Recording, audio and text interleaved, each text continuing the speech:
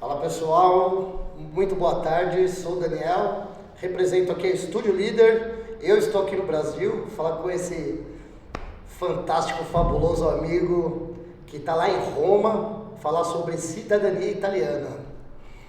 Mauro, gostaria que você se apresentasse ao pessoal aí de uma forma clara, fácil aí para o pessoal entender quem é o Mauro, para a gente começar esse bate-papo descontraído aí.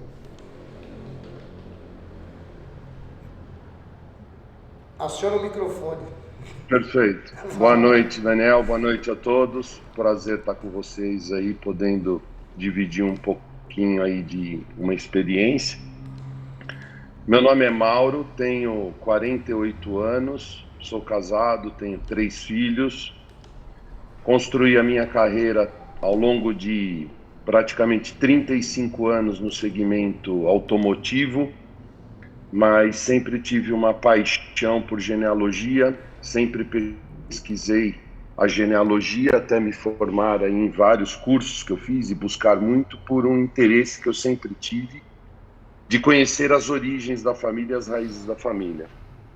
E de 2013 para cá, cada vez mais, a minha árvore genealógica foi crescendo, eu identifiquei dentro da genealogia da minha esposa a descendência de italianos, aprendi como fazer o processo de reconhecimento da cidadania, fiz o da minha esposa, dos meus filhos, e até que, para minha surpresa, no ano de 2020, eu que cresci numa família de libaneses com franceses até então, descubro que, na realidade, a minha origem francesa era fruto de um casal de italianos que mudaram para a França e tiveram a filha na França. Então, eu também descendente de italianos. Até aí já tinha mais de 40 processos realizados entre família, entre amigos, enfim, e nasce a Benini e Donato Cidadania Italiana.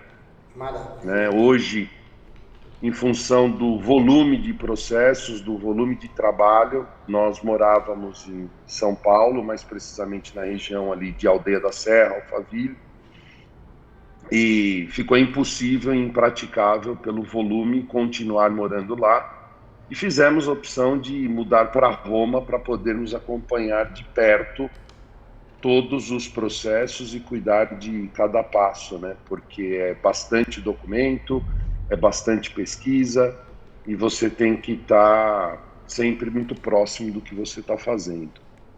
Exatamente isso. Ô Mauro, eu queria, para a gente dar um início, de, acredito, das pessoas que estão nos assistindo, quem tem direito sobre cidadania? Para a gente começar do início. Você pode nos orientar? Sim, eu vou te falar com relação à cidadania italiana. Perfeito. Tá? Porque cada país tem as suas regras. Eu estou te falando isso porque nós inicialmente começamos com os processos de reconhecimento de cidadania italiana, mas no decorrer das pesquisas de alguns clientes que tinham entendimento de serem italianos, mas na verdade não eram italianos, ou eram espanhóis, ou eram portugueses, nós acabamos expandindo o negócio para a realização também da cidadania espanhola e portuguesa, que eu também vou detalhar para vocês. Maravilha. Mas assim, falando em termos de cidadania italiana, a lei atual, eu digo atual porque existe uma discussão hoje para ser votada no final do ano com relação às novas regras de cidadania. A lei atual diz que todo e qualquer iuris sanguinis, todo e qualquer descendente de sangue, ele tem o direito ao reconhecimento de sua cidadania italiana. Por quê? Pelo entendimento da lei, da Constituição e de um artigo da Constituição de 1865 na Itália, onde foi determinado que todo e qualquer descendente de sangue, ele nasce italiano pela origem do sangue, independente do lugar onde ele venha a nascer.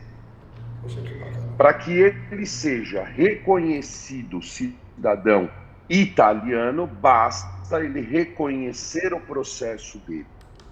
E aí você tem algumas fases com relação a isso. A primeira delas é o quê? A genealogia, a pesquisa genealógica. Encontrar todos os documentos para que você possa comprovar a linha de transmissão genealógica, a linha de transmissão de sangue, para até que você chegue no seu Dante Causa, que nós chamamos, que é o primeiro italiano que emigrou para o Brasil. Então, nós temos ferramentas de pesquisa genealógica para encontrar isso, temos algumas regrinhas básicas também, né, onde qualquer um... Tem algum limite? Por exemplo, tataravô? Não tem isso. Na lei atual, não existe limite de gerações para o reconhecimento de cidadania italiana, certo. Desde que você comprove a sua origem de sangue, que nós comprovamos através dos documentos de nascimento, casamento e óbito de todos os ascendentes falecidos na linha de transmissão, de você para cima. Os ascendentes você comprova através do nascimento, casamento e óbito. Os ascendentes vivos, nascimento e casamento, os descendentes requerentes, nascimento e casamento. Aí existe a questão legal que tem que ser analisada com relação à linha de transmissão.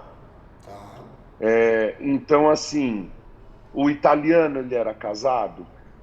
Vamos dizer que era um homem italiano. Ele era casado aqui no Brasil, civilmente? Sim. Quem registrou os filhos do italiano? Foi ele mesmo? Ou, como na época ele estava na lavoura, ia alguém para o cartório na cidade, ele dava o nome anotado no papel e falava, registra para mim. Ou foi um terceiro que registrou? Então, nós temos que verificar e analisar a documentação para entender se não houve um corte na linha de transmissão. Certo. O italiano que se casou, por exemplo, e alguém registrou um filho em nome dele, não houve interrupção na linha de transmissão. Mas o italiano, dependendo da época, que não se casou civilmente, que um terceiro registrou o filho, e o filho aparece como filho ilegítimo, aí existe um ponto de interrupção na linha de transmissão. Para tudo tem um jeito, falando do ponto de vista legal, porque nós não trabalhamos se não for dentro da legalidade total. Tudo tem um jeito dentro da legalidade, mas a documentação ela precisa ser analisada e, antes de mais nada, encontrada. Aí é o ponto, porque as pessoas falam assim, mas o nome da minha família é tal. Só que eu vou te dar um exemplo. Você tem um nome de família, eu vou te dar um exemplo da minha linhagem. Que eu tinha o sobrenome como Capergi. Eu não achava nada dessa linhagem. Eu pesquisei durante mais de 29 anos. Até que eu descobri, através de ferramentas hoje que demonstram as variações de cognome, que é o sobrenome que a gente fala aqui na Itália, cognome, que o sobrenome, o patronímico da minha família não era Capergi, desta linhagem. Eu tenho 2 linhagens italianas. O patronímico era Capetti. Nossa! Né? Você pesquisou... Então, você tem... Exatamente. Você tem uma outra situação com relação a uma lei, que se eu não me engano foi de Getúlio, em 1938, onde eles transformavam o nome de todos os ancestrais, de todos os seus antepassados, quando chegavam aqui. Então ele chegava com o nome de Giovanni. Giovanni é João. Então aqui no Brasil, por lei, ele ia se chamar João, ele não podia se chamar Giovanni. Ele chegava com o nome de Giuseppe. Aqui ele ia ser o José. Ele chegava com o nome de Domênico. Ele virava Domingos. Ele chegava com o nome de Jacinto. Ele virava... E assim por diante. Então, tendo o conhecimento de algumas regras básicas nesse sentido, as ferramentas certas, o profissional certo, com muito amor, dedicação e determinação, porque uma pesquisa dessa, para vocês terem ideia, a última que eu fiz aqui, tá aqui. A última que eu fiz semana passada, tá? Eu tinha o nome do italiano com o nome abrasileirado e errado. Nossa. E a família não sabia de mais nada. Eu fiquei sentado de frente para o computador sem parar de pesquisar, só parando para me alimentar e ir ao banheiro durante 22 horas, direto, até achar. Porque se você pesquisa um pouquinho hoje, um pouquinho amanhã, pode somar para a sua pesquisa. Mas eu sou da opinião, você me conhece um pouco, a gente já trabalhou junto, Sim. que você tem que fazer as coisas começo, meio e fim. Então tudo que eu começo, eu termino e eu não perco a linha. A partir do momento que eu pegar para fazer uma pesquisa, tem que focar e ir até o fim, até achar. Muito bacana. Ô Mauro, deixa eu te perguntar uma coisa. E quais são as formas, os caminhos, os documentos que você trabalha em relação a esse tipo de pesquisa?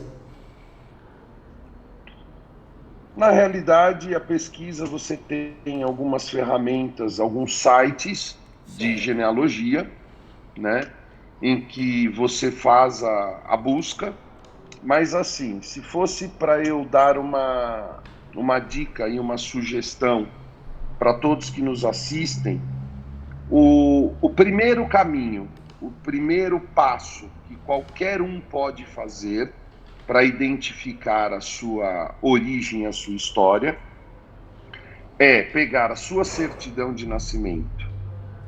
Aí você vem e escreve de baixo para cima o seu nome. De baixo para cima, numa folha, o nome da sua mãe, de um lado. Do outro lado, o nome do seu pai. De baixo para cima, o nome dos seus avós, que constam na certidão de nascimento. Da sua mãe, maternos. Os nomes dos avós paternos na outra.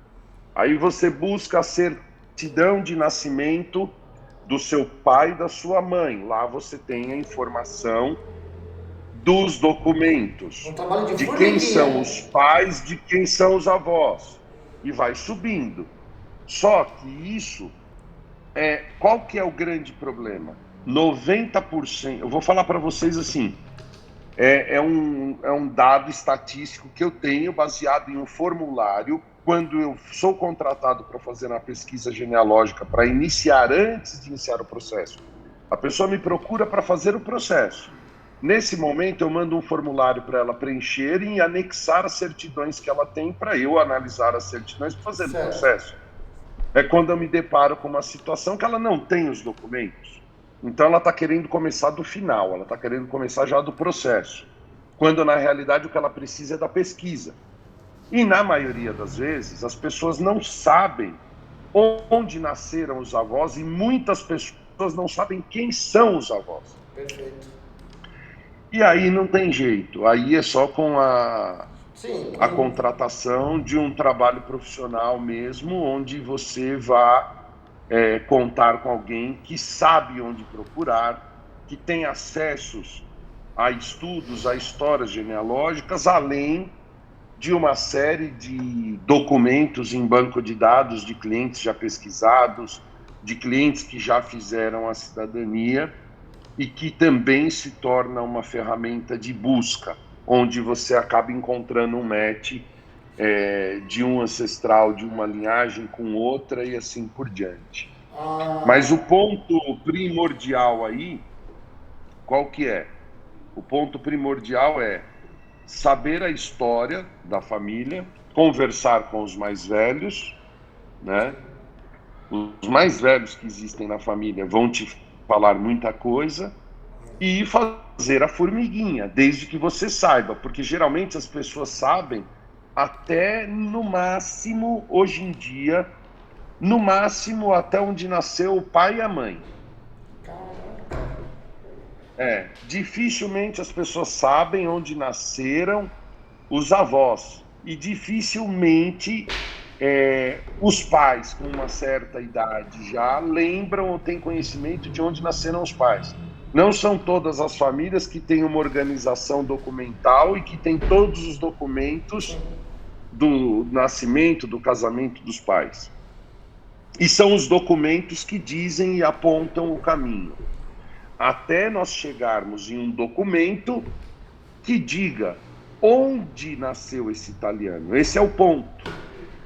Porque muitas vezes você acha o casamento do italiano, você acha o óbito do italiano, você acha todos os documentos, e lá no casamento está escrito que o italiano é nascido na província de Cosenza. Só que a província de Cosenza tem quantas comunes? Quantos bairros, vamos dizer assim? 180, 200? Nossa.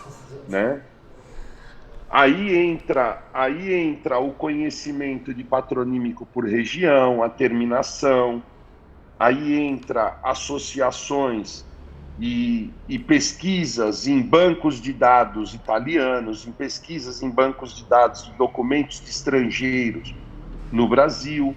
Mas, Mauro, para ser mais específico assim, pelo que eu estou entendendo, a Benini e Donato, eu não sei absolutamente nada. Se eu quiser contratar, falar assim, Mauro, eu estou em busca da minha cidadania italiana, eu não tenho absolutamente nada. Vou te dar a certidão dos meus pais.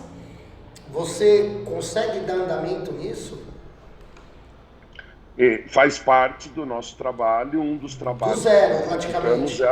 É do zero, Um dos trabalhos que nós executamos, nesse caso, que essa pessoa precisa, em primeiro passo, é a pesquisa genealógica. Sim. E existem algumas... Aí, pesquisou, achou todos os documentos, O que a pessoa precisa agora? Dos documentos. Aí nós fazemos as buscas dos documentos, a materialização, tanto no Brasil quanto na Itália. Aí agora a pessoa já tem os documentos, já sabe onde que é, já tem os documentos. Nós temos, na realidade, através da contratação feita. Agora nós podemos iniciar o processo de reconhecimento de cidadania italiana. Aí você tem duas variantes. Você tem uma linhagem que é paterna, uma linhagem que é materna. Cada um é um procedimento.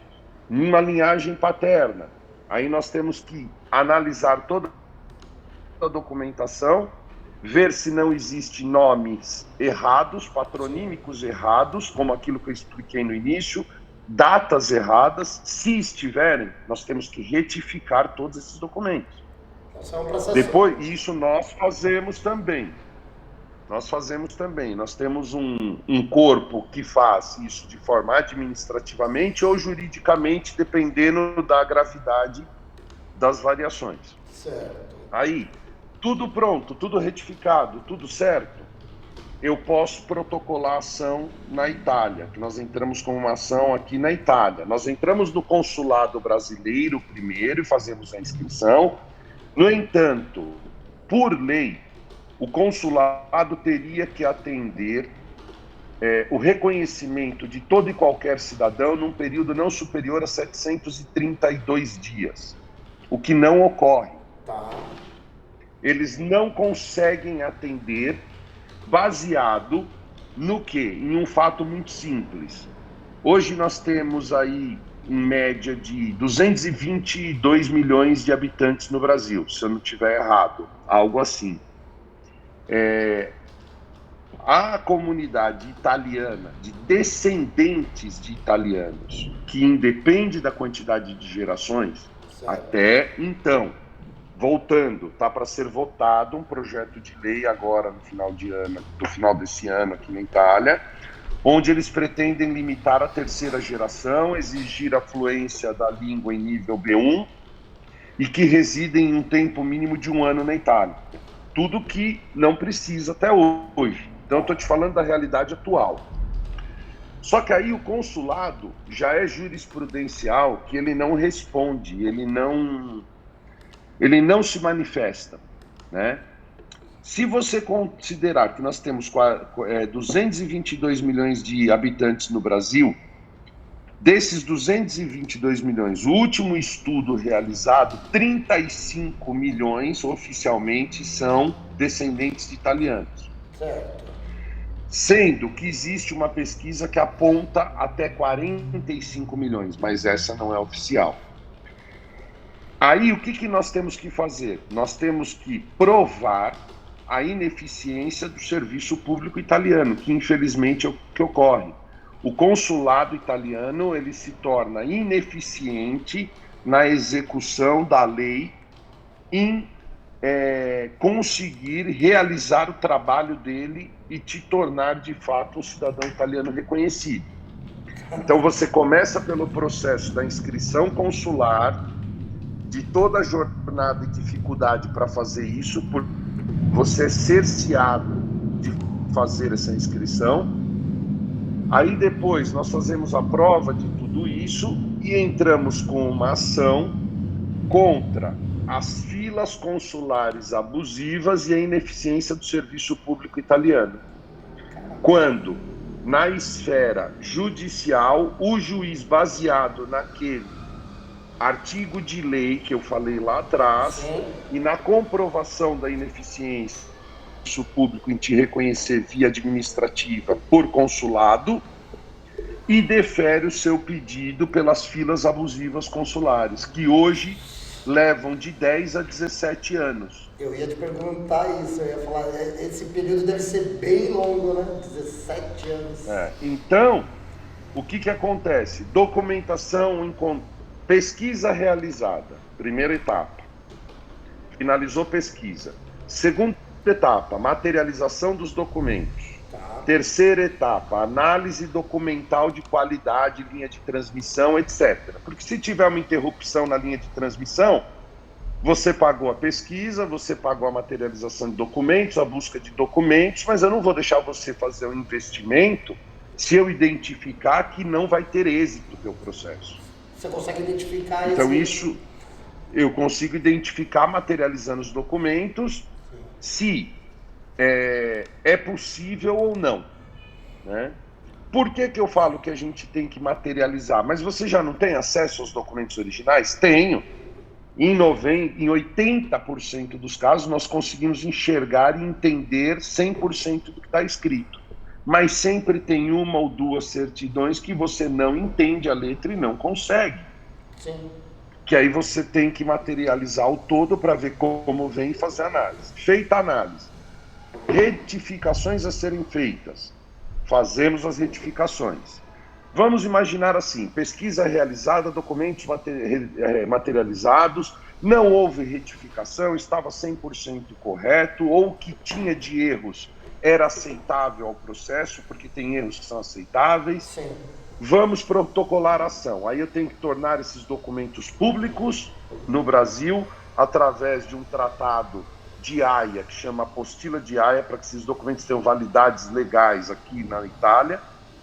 Depois, eu tenho que traduzir esses documentos com um tradutor público juramentado nos 2 países, homologado nos 2 países. Depois, eu tenho que tornar esses documentos públicos de novo, para aí sim, após a tradução, para aí sim protocolarmos a ação. Sim. Aí, protocolou a ação. Essa ação ela ocorre de uma forma extremamente transparente. É gerado um número de processo, um número de RG. Esse número de RG é compartilhado com os nossos clientes. Além de nós enxergarmos e gerenciarmos todo o processo, ele consegue ver também. Consegue fazer um acompanhamento, aí como se fosse um rastreamento, né? O passo a passo. O passo a passo. Em quanto tempo isso daí, em média? É claro que existem algumas situações que podem alterar esse... Mas uma média de tempo, você consegue prever isso? O que eu consigo te dizer, baseado na nossa experiência, né, com uma quantidade enorme que nós temos de processo, já dá para entender como que funciona. Sim. No entanto, não existe um prazo legal, não existe um prazo pré-determinado por lei. Tá? Houve uma mudança aqui na Itália, em 22 de junho de 22, onde não somente Roma, que era o único tribunal responsável pela aceitação desses processos, de julgamento desses processos, foi aberto para todos os tribunais da Itália. Então, hoje, os processos são distribuídos de acordo com o tribunal da jurisdição da comune que nasceu antepassado.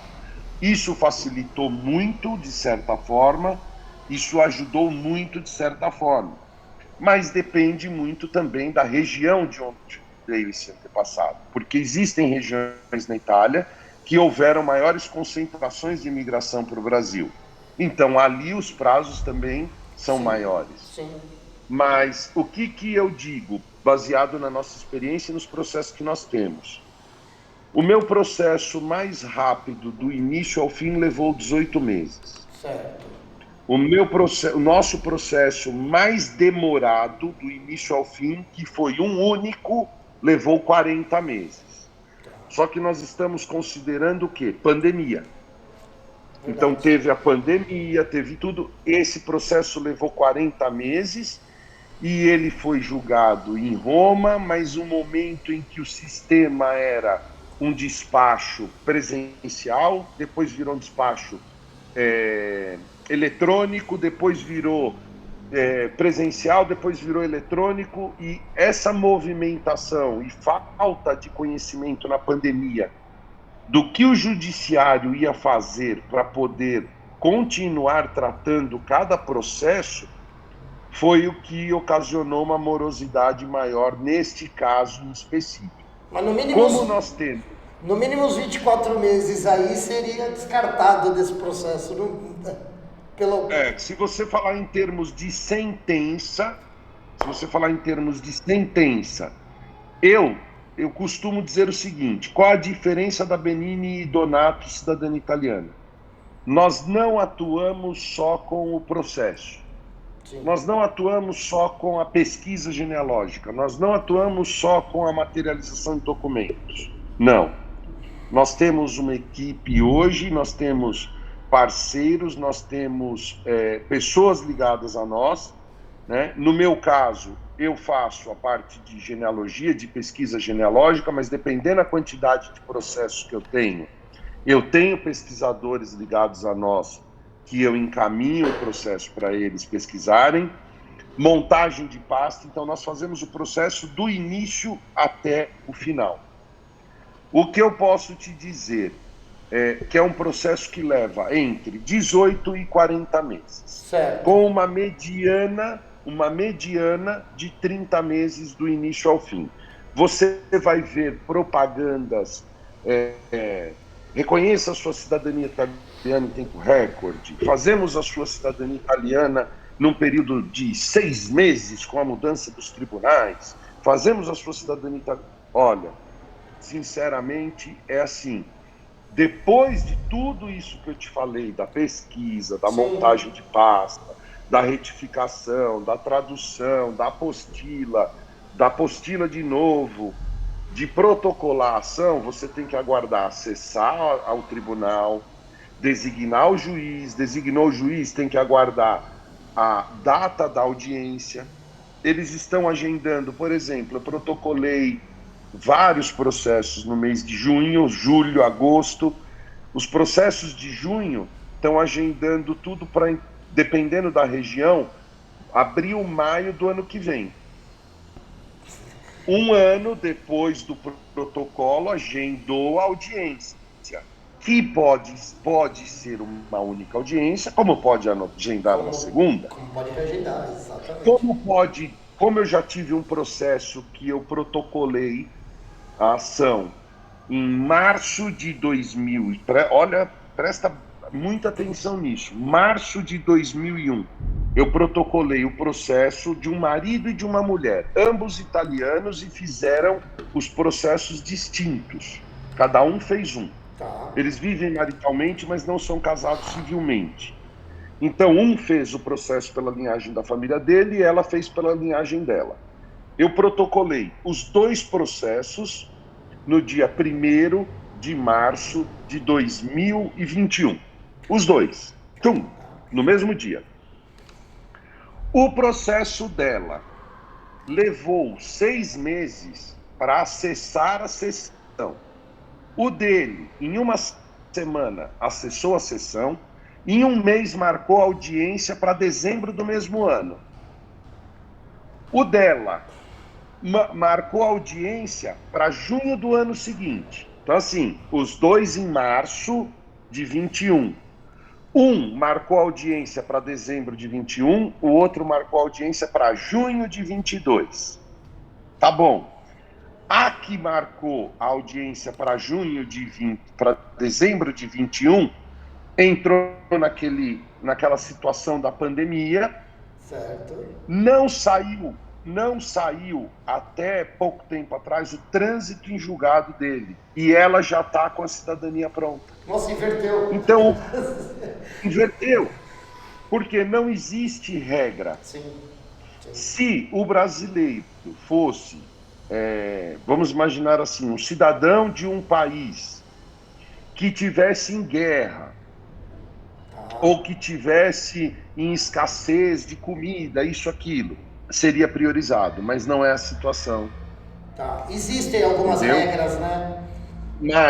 Existem, mas assim, o que eu posso dizer é um processo que ele é 100% legal, ele é de direito, desde que consigamos comprovar a linhagem de transmissão, de que está tudo ok, de que está tudo em ordem. Estando tudo em ordem, a probabilidade de ter um problema, ela é mínima, né?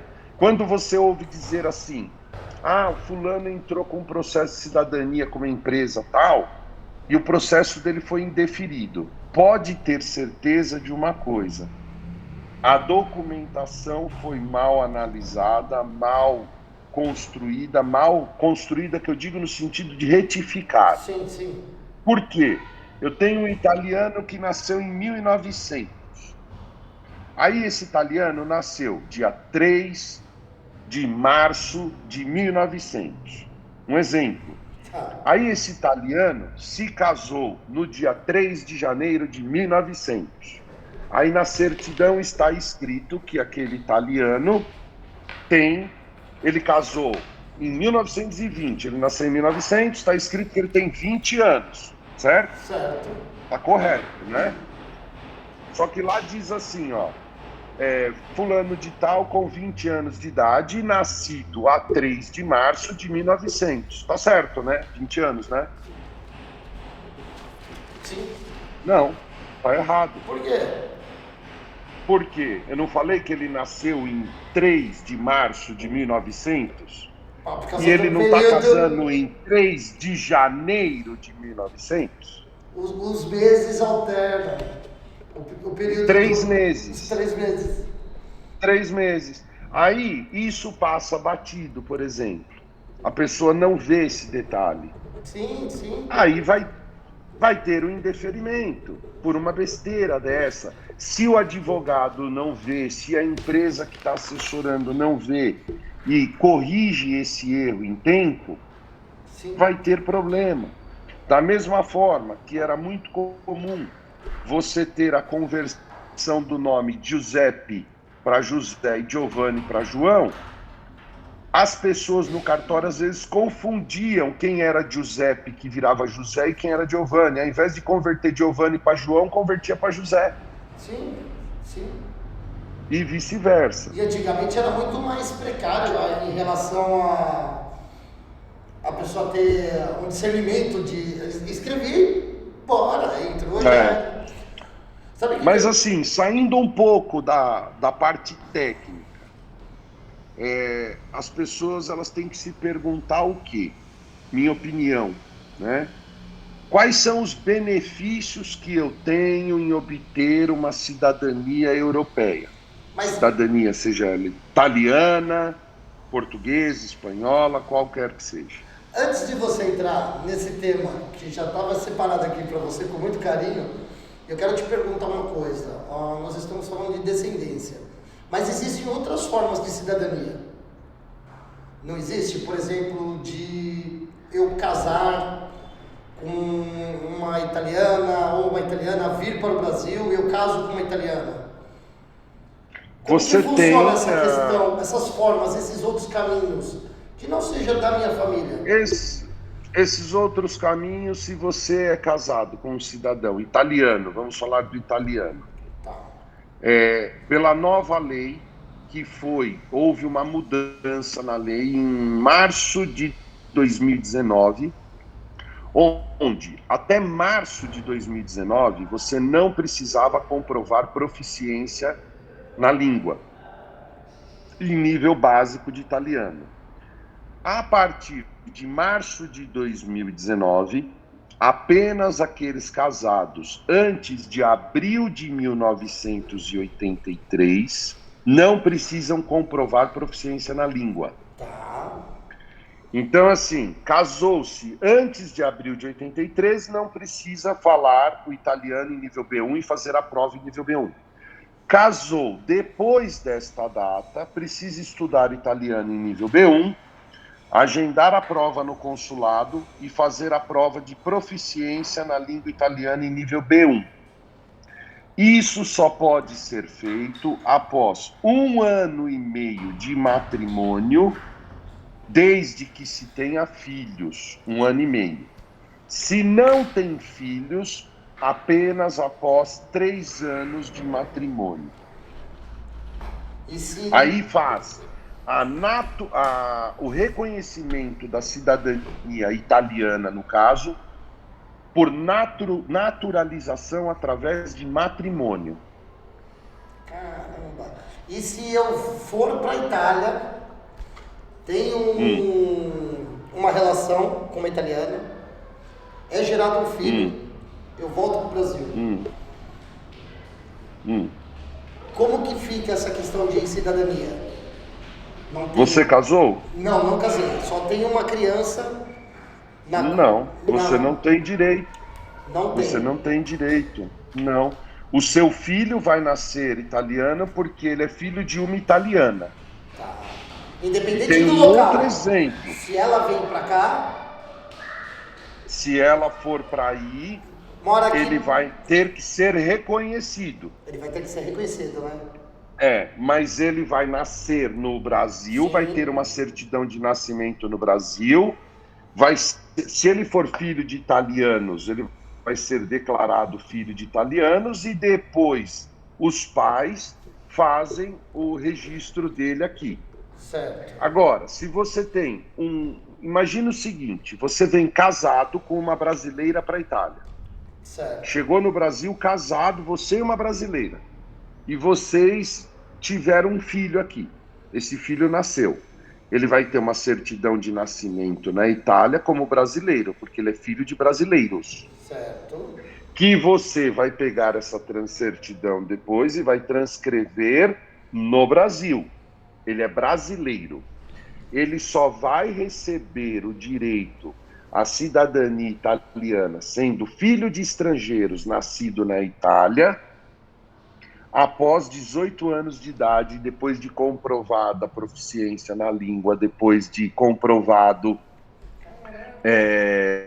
os estudos no país, depois de tudo isso. Então, aí é que eu te falo, olha a vantagem e o benefício que tem o descendente de italiano iuris sanguinis hoje, sendo iuris sanguinis, que tem o direito ao reconhecimento da cidadania num período que pode levar de 18 a 40 meses. Sim. Quem nasce aqui e não é iuris sanguinis leva 18 anos. Exatamente. É? Que doideira. Então, assim, vamos lá. É muito interessante isso. Eu tenho uma pergunta aqui. Vamos lá. Eu tenho uma cidadania italiana, certo? Moro no Brasil. Essa minha cidadania garante aos meus descendentes a mesma cidadania? Você já é cidadão italiano? Eu sou cidadão italiano. Tô aqui no Brasil. Tenho um filho. Esse meu filho, essa minha cidadania, ela passa para... Na linha de transmissão pela lei do iuris sanguinis. Certo. Eu tô Se aqui no ele Brasil. é teu filho, não importa. Não importa. É iuris sanguinis. Não. Seu filho, ele pode nascer no Brasil. Ele vai ter uma certidão brasileira. Ele vai ser conhecido como brasileiro porque o Brasil dá o direito de solo. Iuris solis. Certo. Então ele vai ser brasileiro. Só que pela lei italiana, ele é iuris sanguinis, ele é o quê? Italiano. Ele é italiano. Basta você reconhecer o direito dele como italiano. Entendi. Aí vai ser o inverso. Vai pegar a certidão do Brasil, vai traduzir, vai apostilar, o pai e a mãe vão trazer na Itália ou vão no consulado e vão reconhecer o filho como italiano. E ele vai ter dupla cidadania. Nossa, que fantástico. Agora, uma pergunta. Eu inclusive, achei que ia até conversar com você sobre isso, né? Mas agora aberto para o pessoal. Eu quero fazer a minha cidadania. Essa cidadania, ela é única e exclusivamente minha? Ou isso daí puxa para os meus filhos? Ou eu tenho que fazer uma para cada? Não, você está fazendo a mesma pergunta de uma forma diferente. De uma forma diferente? Entendi. Então eu faço... Está fazendo a mesma pergunta. Não existe mudança de regra. Perfeito. Não importa que você é neto, que você é bisneto, que você é tetraneto, que você é pentaneto, que você é hexaneto, não importa. O que importa, existem alguns detalhes a serem analisados. Por isso que sempre tudo começa pela documentação. Por quê? Quando que a Itália se torna Itália? A Itália é unificada e se torna um único reino em 1861. Então, qual que é o detalhe importante na análise documental com relação às gerações? O seu antepassado italiano, ele faleceu após a unificação da Itália ou antes? Tem isso também, né? Então eu vou te dar um exemplo. Existe uma região na Itália chamada Trento, que são os trentinos. O Trento, ele foi uma região dominada pelo Império Húngaro e Austro-Húngaro. Somente em 1920 é que houve a integração maior daquela região como Reino da Itália. Até então ela não se unificou ao Reino da Itália. E o que acontece? Quem é nascido naquela região, mesmo antes dessa época, muitos tinham os documentos declarados como italianos, porque era uma fração da Itália. Só que como ela estava sobre o Império Húngaro e Austro-Húngaro, o que acontece? Eles não são reconhecidos como italiano. O consulado italiano até os reconheceu de 2000 a 2010.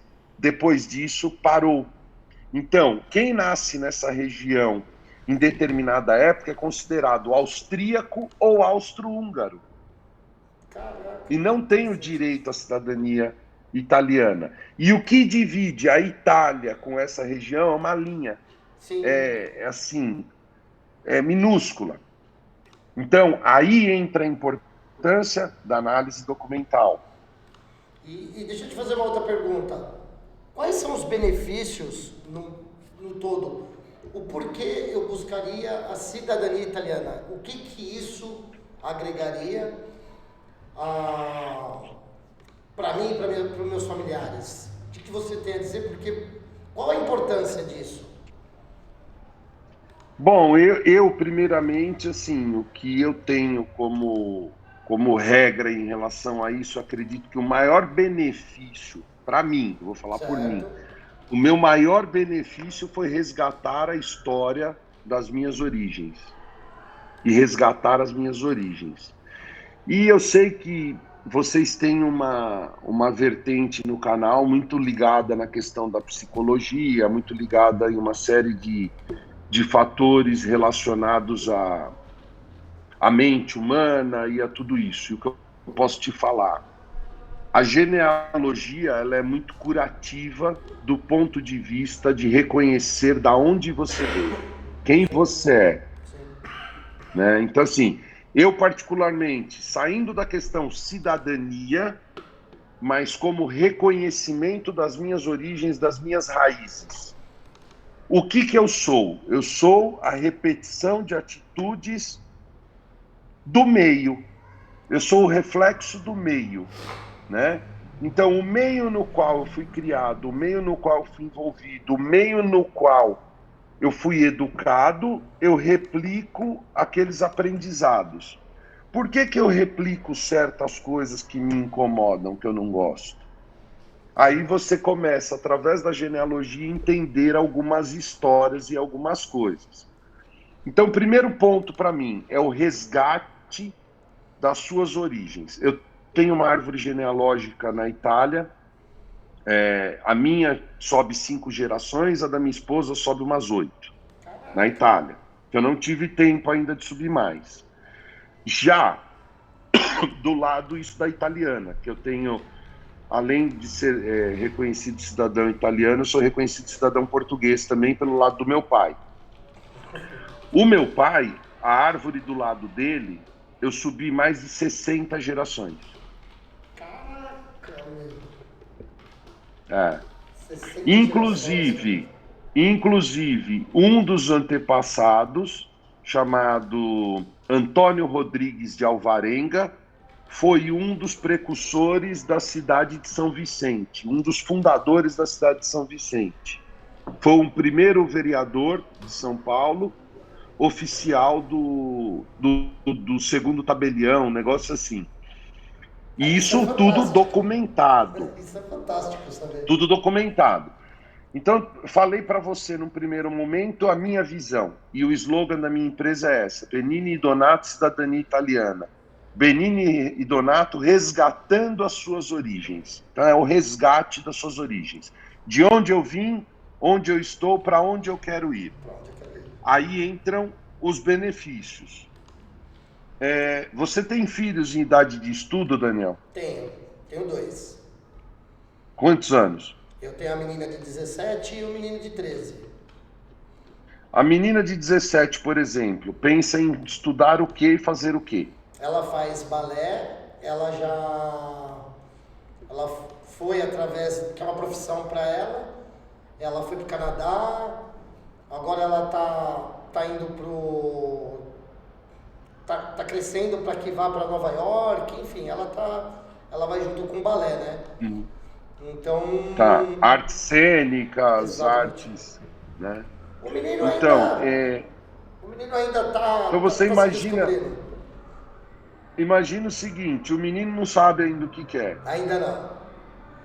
Mas, pegando esse gancho da sua filha, que está ligado a artes, Perfeito. Existe lugar no mundo mais rico em artes do que a Europa como um todo? Acredito que não. Não, né? Aí sua filha, por exemplo, para ela ter uma vida normal e viver como um cidadão daquele país, se ela tem uma cidadania italiana, por exemplo, uma cidadania europeia, ela vive como uma cidadã daquele país. Ela tem o direito à saúde, ela tem o direito a tudo que todo e qualquer cidadão tem, número 1. Número 2, imagina que a sua filha, ao invés do balé, tivesse optado por ser médica. Certo. Quanto custa uma faculdade no Brasil de medicina? Sim. Quanto por mês? Uns 4 pau, 5 pau por mês? Uma média? 5, 6 mil reais por mês, fora os livros, isso, aquilo. É uma família que tem que ter uma capacidade financeira para desembolsar por mês, no mínimo 20 mil reais. Uma fortuna, né? Tá? Quanto custa uma universidade em medicina, por exemplo, na Itália, por ano?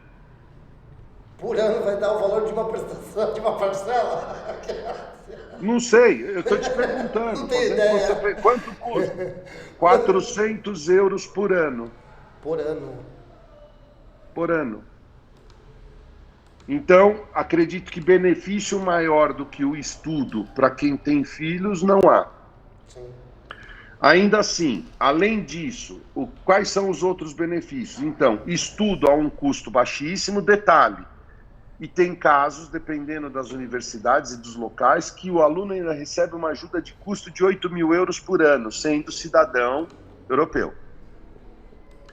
Número 2, você tem tratados da Itália com Estados Unidos, com Canadá, com diversos outros países onde não existe a necessidade de visto para você entrar naquele país e desenvolver uma atividade. Além disso, você tem uma outra vantagem. O cidadão italiano, por exemplo, nos Estados Unidos, qual é o investimento que um brasileiro precisa fazer nos Estados Unidos se ele quiser viver nos Estados Unidos, empreender nos Estados Unidos e viver legalmente através da obtenção de um green card? Nossa, não tenho ideia. Ele, numa área não rural, ele tem que investir $1.500.000. Numa área rural, ele tem que investir $900.000 para a obtenção do green card. Um cidadão italiano, pelo tratado existente entre Estados Unidos e Brasil, investe não mais do que $100.000. É muito dinheiro, não estou desprezando o valor, mas quem conhece a realidade dos Estados Unidos no sentido de trabalho, sabe que $100.000 para um investimento lá e para você estar legal, não é nada. Sim, sim. Aí você tem um outro ponto. Imagina que você contribuiu com a Previdência, com a sua aposentadoria, até agora. Imagina que você falta 5 anos para você se aposentar. Você vai se aposentar daqui 5 anos. Existe um tratado que foi firmado em 2019 pelo governo brasileiro com o governo italiano, que você pega o sistema previdenciário, todo o fundo de reserva que você tem da sua previdência, transfere para a Itália, por exemplo, se muda para a Itália, continua a trabalhar durante aqueles 5 anos que faltam, contribuindo por uma média e se aposenta aqui. Esse é um outro benefício. Fora que você faz parte de uma comunidade europeia, onde você tem um passaporte italiano, é como se você tivesse um passaporte italiano, um passaporte espanhol, um português, de toda a União Europeia. Toda a União Europeia. Né? Hoje, o passaporte italiano, para vocês terem ideia do que eu estou falando, pesquisem. Ele é o segundo maior passaporte em termos de força no mundo. Ele está em segundo lugar. Ele só tem um na frente, que é o japonês, que entra em alguns países a mais, sem tratado de vista, que o italiano não entra. Mas assim, se você comparar isso em termos de mundo, o segundo mais forte é muita coisa. É muita coisa. Então, assim, você hoje ter uma dupla nacionalidade, você ter a oportunidade de ter uma cidadania europeia, onde você pode estudar os seus filhos a baixo custo, onde você pode viver outra cultura, onde você pode viver em países da Europa com qualidade de vida, com tratamentos, uma série de fatores. Acaba sendo mega vantajoso, de fato. Sabe o que eu ia te perguntar, que estão me perguntando aqui? O custo disso. O custo disso, ele é algo que, assim... De acordo com cada necessidade, ou como que funciona? Porque você exatamente. cuida com carinho de cada um. O que acontece em relação a isso, assim, eu costumo dizer que o investimento, né, eu não enxergo como um custo, eu enxergo como um investimento. Porque se você pegar, por exemplo, uma faculdade no Brasil, para fazer um curso desse que nós falamos de medicina, custa 22 mil em média para poder manter. Só que uma faculdade para um brasileiro aqui, que não tem uma cidadania, custa em torno de 5 mil, 4 mil e poucos euros. Se você pegar isso em 5 anos, nós estamos falando em 250 mil euros. Te garanto que é bem menos do que isso o investimento, muito menos. Né? Mas, assim, tudo depende. Porque o que acontece? Você tem uma primeira fase que é pesquisa. Eu, particularmente, pelo amor que eu tenho ao meu trabalho, ao que eu faço e à história de todo mundo, se eu pego uma pesquisa que eu em 1 hora, 2 horas encontrei, eu não cobro. Se a pessoa for fazer comigo. Tenho certeza disso. Eu não cobro. Se a pessoa vai fazer comigo o processo, eu não vou cobrar, tenho tudo aqui e tal. Quer fazer? Vamos fazer. Só que assim, cada caso é um caso. Porque você não tem como prever como está a qualidade documental da sua linhagem, da minha linhagem. Então tem que ter análise documental, tem que ter análise com relação à retificação, tem que ter análise de tudo. Uma coisa que eu posso te dizer é assim, é um processo maravilhoso porque você pode incluir 10 pessoas no mesmo processo. Então, o que acontece? É um investimento considerável, mas que não é nada astronômico. Aí eu convido as pessoas que tiverem intenção em conhecer os custos e saber que compartilhem sua documentação para que nós possamos analisar e passar justo. Você depende, mas, ao mesmo tempo, você depende de pesquisa. É um investimento que é assim, ele se paga muito. E você, em 10 pessoas, o que você tem que pensar? Que você vai compartilhar o custo de documento entre 10, o custo do processo em 10 pessoas, sem sair do Brasil, sem se arriscar, sem ter um custo a mais, sem ter oneração a mais por voo, por custo de se manter em euro, por nada disso. Esse processo nós fazemos sem vocês saírem do Brasil, por representação aqui, né? Por representação procuratória. E aí é só te procurar, como que funciona?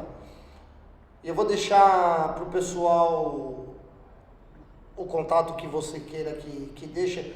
O pessoal que estiver assistindo, falar, poxa, eu quero entrar em contato com o Mauro para que eu saiba um pouco mais. Quais são os caminhos?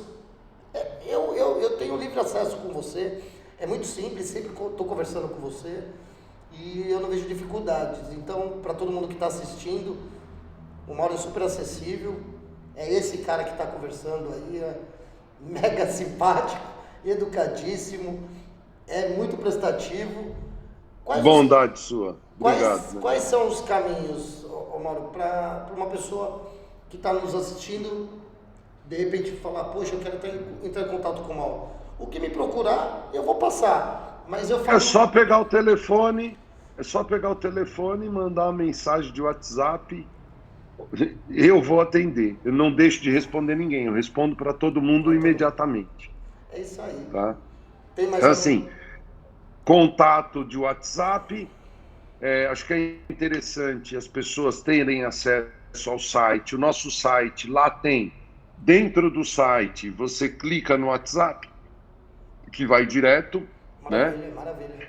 Nós temos um blog que divulgamos também diariamente artigos sobre Itália, que está dentro do site. Acho que é bem interessante para quem quiser entender a cultura italiana.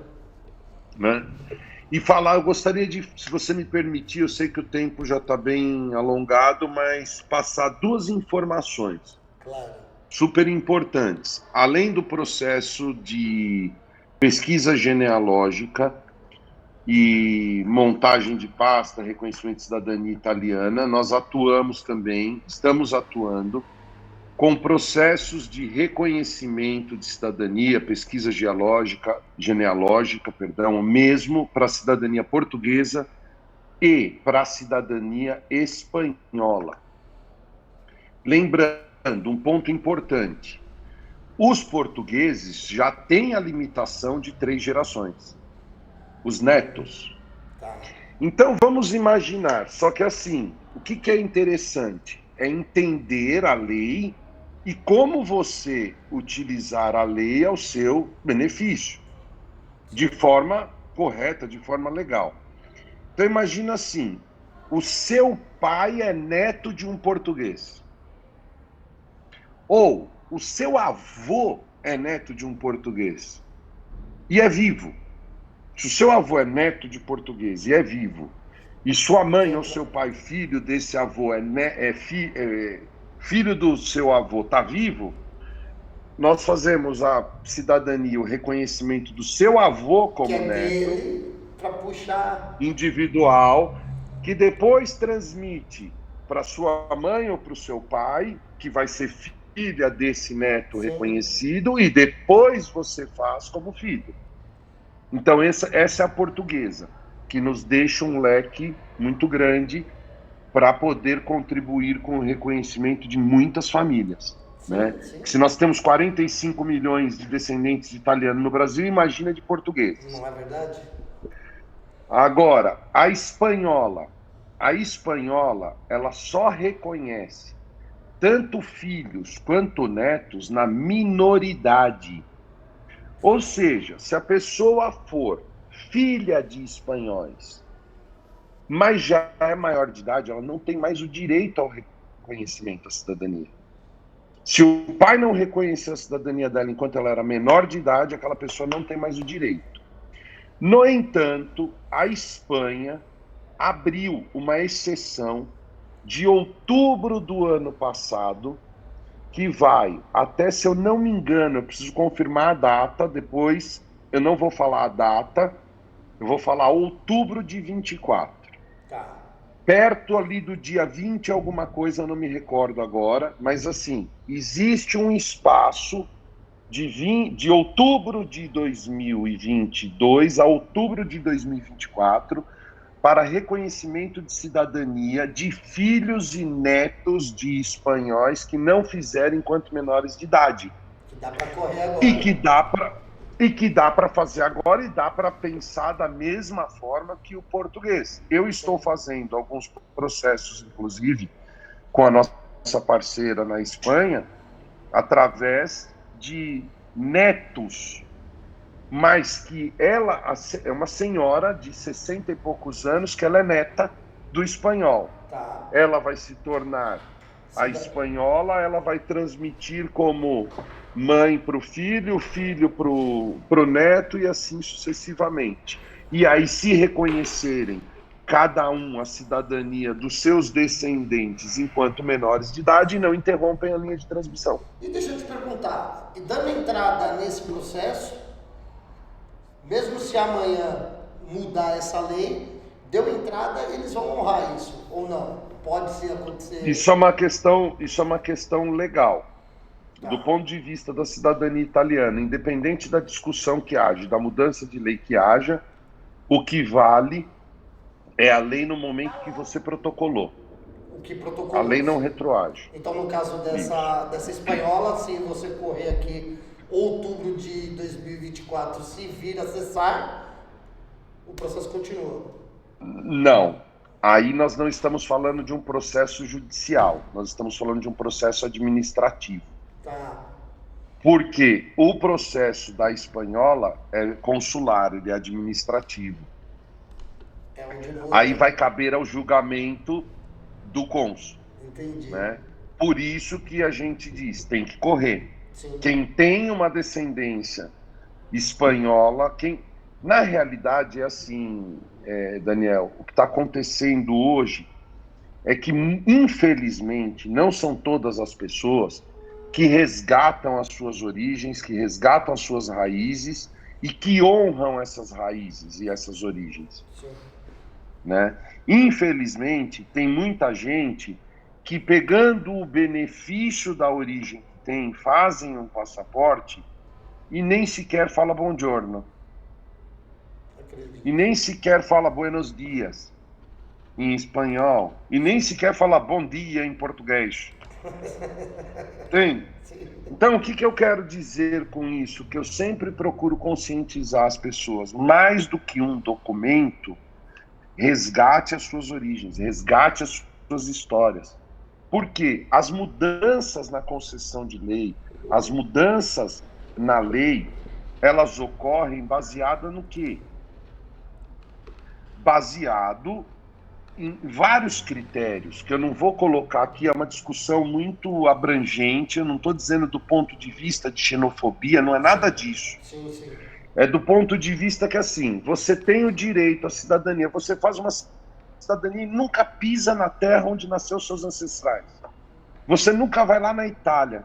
Você fez a sua cidadania porque o processo ocorre judicialmente na Itália e depois, administrativamente, na emissão do passaporte no Brasil. Você pegou seu passaporte, você foi para os Estados Unidos, para o Canadá, você foi para aqui e nunca pisou na Itália. Certo. Né? Então, alguns pontos para para pensar quando... O nosso tempo aqui praticamente deu, mas é um assunto que vou convidar você novamente para o futuro próximo aí, para a gente continuar esse bate-papo, que é sensacional. Só tenho que te agradecer, viu, Mauro? Eu que te agradeço. Você aí, a sua disponibilidade, porque eu sei que aí agora já é muito tarde e vamos deixar o pessoal interagir, e quem propor alguma dúvida, alguma sugestão, a gente volta a se falar em breve aí num próximo bate-papo. Tranquilo? Combinado.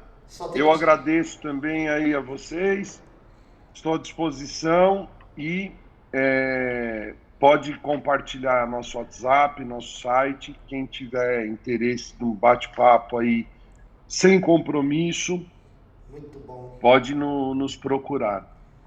Não paga, né? Não paga nada para mandar mensagem, mandar documento, para a gente... Pode ficar tranquilo. Bate-papo, é isso aí. Uma ótima noite, tá Mauro. Obrigado, viu? Mais uma vez. Obrigado. Boa noite a todos. Valeu. Tchau, tchau. Tchau, tchau. Arrivederci. Arrivederci.